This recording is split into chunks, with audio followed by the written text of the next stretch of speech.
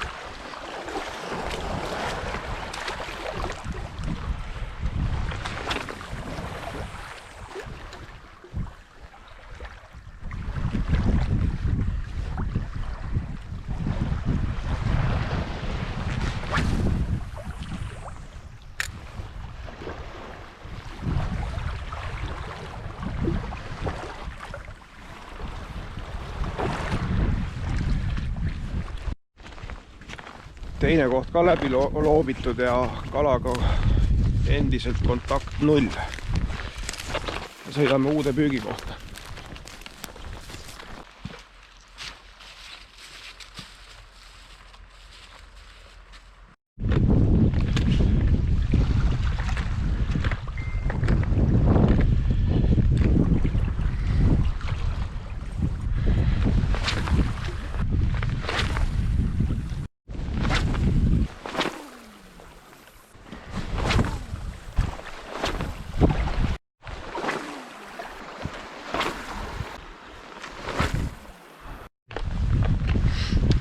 Lõpetasin 3. kohaga püügi.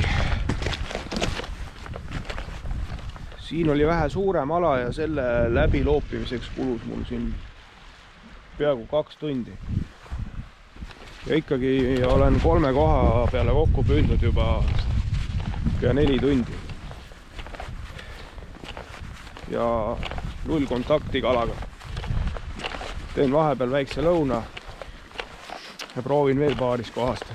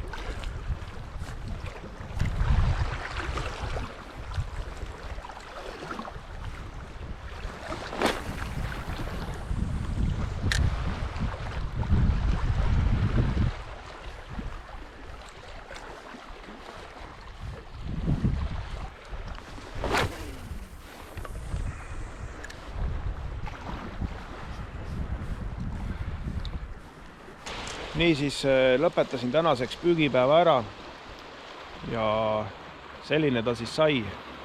Esimene meriforelli püügi esimene seeria siis vlogina. Kalaga mitte ühtegi kontakti, aga eks ole siis näha, et mitmendas vlogis ehk siis püügi korras ma jõuan reaalse kotikalani, mis õnnestub kaldale saada. Aga mis seal ikka, järgmise meriforelli püügipäevani.